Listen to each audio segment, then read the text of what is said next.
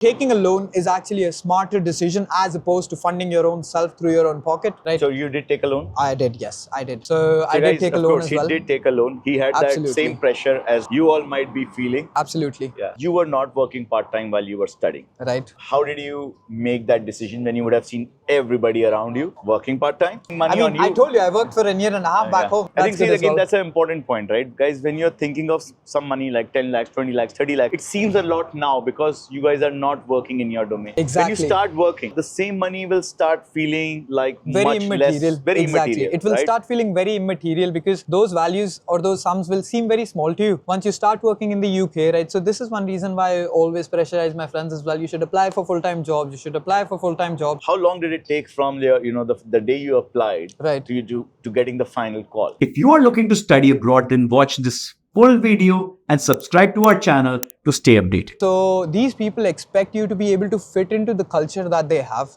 right? They don't want people who are not able to fit into the culture regardless of the fact if they have 10 years of experience, because that's not going to add value anyway. So they want you to be able to fit into the company well, and they'd be happy to teach you things. The job role that I am in just now, so I work as a financial controller. So what that pertains to is basically, so the bank itself, it has a markets division, right? How do banks make money? They trade money, the one that they raise from people, right? The ones that they get as savings and deposits, right? Form of loans and stuff. So they trade that money on the markets. So my job is to make sure that the trades that are being executed, right? If they're in line, they follow all the regulatory compliances, not just per the UK standard, but as per the international standard as well. That's where my role comes in. So I'm more like a controller on what's going on, right? It's kind of like an internal audit process. Exactly. So that's to make sure that the market, whatever trades are being made, they're all regulated, the revenues on them, right? If they make sense or not, if there's any major movements, right? I'm meant to analyze them and report back to my higher ups and be like, why was this movement there? Did we expect this or not? So those are some basic things. I mean, that's the easiest way I can explain what I do, right? So I had zero idea about the role. I read about it online before going into the because I had to prepare. Went through ChatGPT as well. I mean, these days you don't Google, you ChatGPT. Right. So went on to ChatGPT as well. But I think it's important not to just ChatGPT and rote learn it, but to understand what's there, because it's your subject. Exactly. So it's not that you difficult. need to understand what the role brings, right? What you're supposed to deliver there. You're supposed to know that. I mean, theoretical knowledge is completely fine because universities, they're going to fill you in with theoretical knowledge, but you should be able to understand how you're going to implement that just now. I usually deal with repo trades, repo and reverse repo trades. So that's just a technical term for saying buying and selling loans to other banks. I know what repo trades are, but I do not know how they function in actual markets. I mean, those people, they did not expect me to know that already. What they expected me to have was if I was able to be a good fit in the company and the team, and they'd be happy to teach. So I'm closing More up importantly, you are right that are you somebody I want to see every day? Absolutely. Coming and walking up to me. Am I happy to teach you? Absolutely. Right. And you should always be open to learning. I mean, see, there's multiple people at my particular role itself. I have colleagues who are 33, 35, and they have zero idea about what they're doing just now because they come from different backgrounds. They come from accounting. They come from different parts of finance. So they haven't been exposed to this yet. Right. So they're still willing to learn. I mean, and I feel like as compared to them, I'm fairly young. Yeah. So if I stop learning just now, where am I supposed to head to?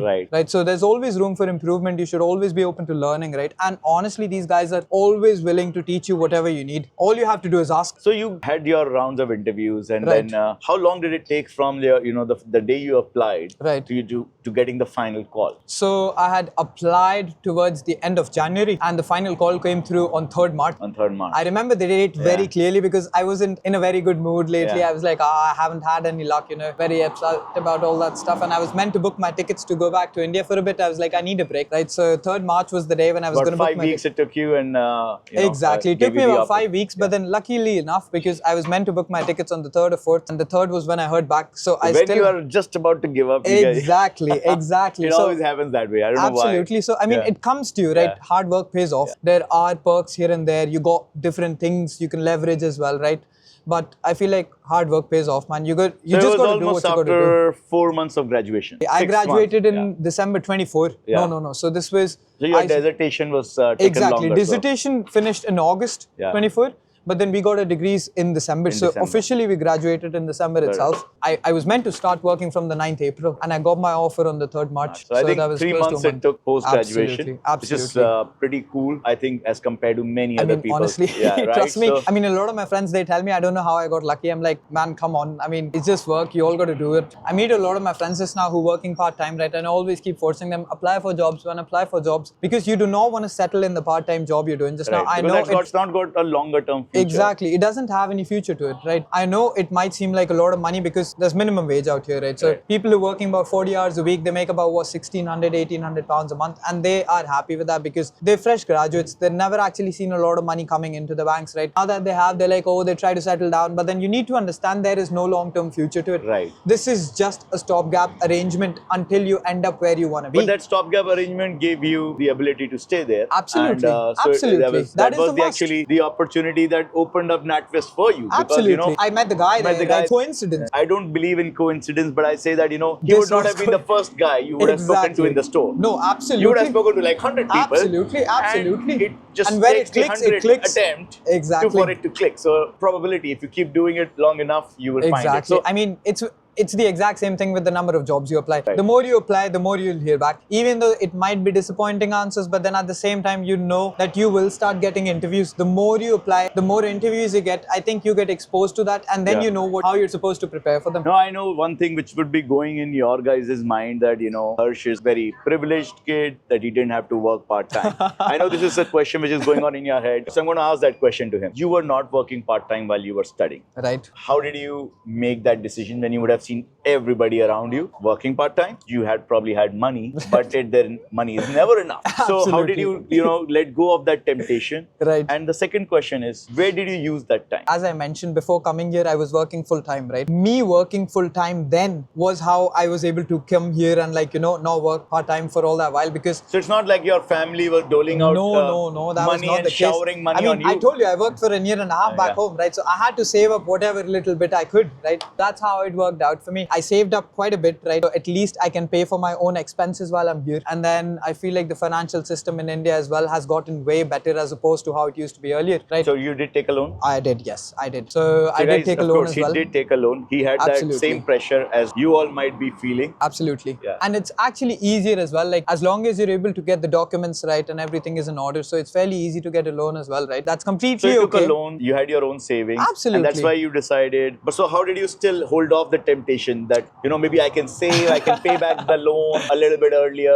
Right. So what happens is, like with the loan itself, right? So there's a moratorium on it. You're not meant to pay a certain amount until you're studying. Yeah. So it starts paying off once you're done with your graduation, right? Yeah. Once you've graduated, 6 months after that is when your EMI start rolling in. So they leave that leeway there only for you to find a job. And fun fact there as well. So all the bankers who happen to give loans out, right? The interest rates they decide and the moratorium that they decide depends on the kind of university you're going to. So if you're going to a very high ranked university where employability is high, they'll offer you cheaper interest Yes. rates, and they'd be more than happy to offer you a loan as well. Those are things to be considered as well. Another point being, so I studied finance, right? I come from a financial background, so I know how it works. And taking a loan makes way more sense as opposed to paying out of your own pocket, because given the fact how taxes are so high when you're sending out money abroad, right? It's about close to 20-25%. So that's like, say, if you were to be shelling out 50 lakh to study abroad, considering all your expenses and you're paying out of your own pocket. So that, like 10 lakhs on top of the 50. So 10 lakh ain't cheap. That's a lot of money. Taking a loan is actually a smarter decision as opposed to funding your own self through your own pocket. So that was one reason I considered that as well. And honestly, it's nothing to be embarrassed about because I'm working full time. So it doesn't cost me a penny now, because given the fact that I'm working in the UK, so the loan doesn't seem a lot. I think, good as again, well. that's an important point, right? Guys, when you're thinking of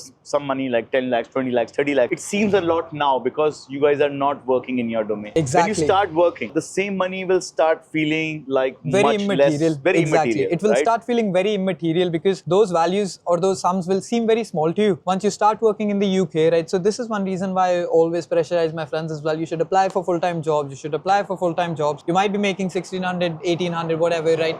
But yet you're paying out 500 every month out of your pocket on your loan, which is still a stretch, right? If you're making about 1600 and you're shelling out 500, so that's like close to 33-35%. Right. But when you start working in your own domain with a special expertise, right? And you Then have there is expertise.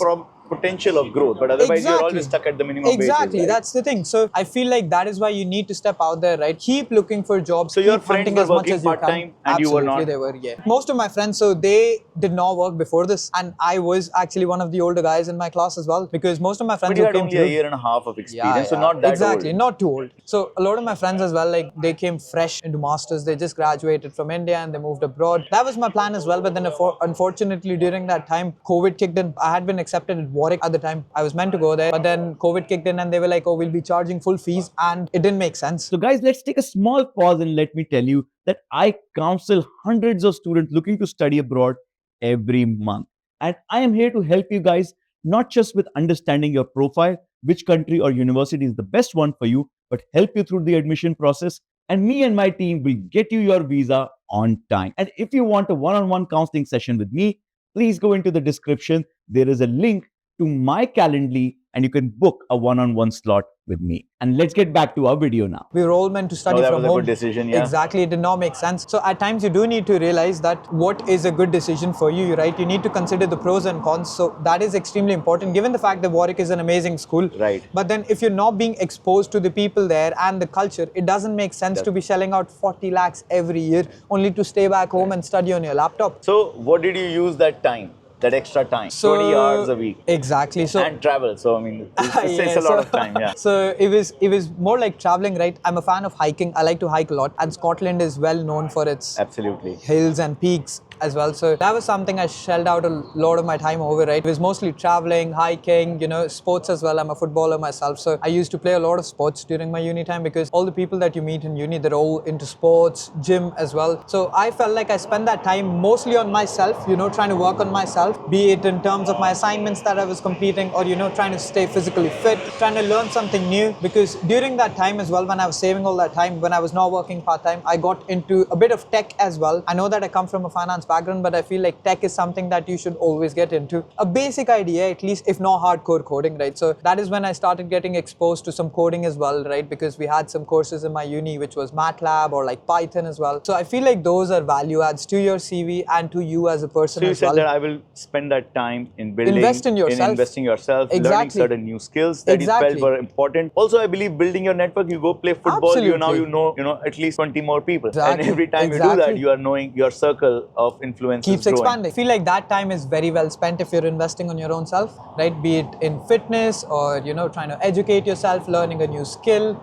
All those things matter, right? Okay, I mean, see, the goal of being at uni is not to work part-time and make money, right? That's completely fine, and I totally understand that you're doing that to support yourself. Everyone does that. But at the same time, if you're not working part-time, I would recommend try to spend that time on your own self, learn a new skill, right? Try to educate yourself as much as you can. Travel too. You're in a foreign country. The degree itself is only for 1 year. Try to make the most of it, is what I'd say. Right. Because now that I'm working full-time, I don't really tend to get a lot of time on my hands. So at times I just feel like, yaar, kya din the wo? Those days were better. But then grass is always greener on the other side. So us samay lagta tha job lag jaye, but now it feels like, I miss uni days. I wish I could go back. You'll always miss uni days. Exactly. Yeah, let's go see your student around, accommodation as well. And no worries. While we walk, we'll talk. So if you like this content, please subscribe to our channel and I will see you all in the next video. Once you're out in the UK, that's when you realize everyone's got the same profile. Yes. Right? My class itself, it had 500 students. Everyone studied investment banking and finance. All you have to do is stand out from the 500 class people, right? So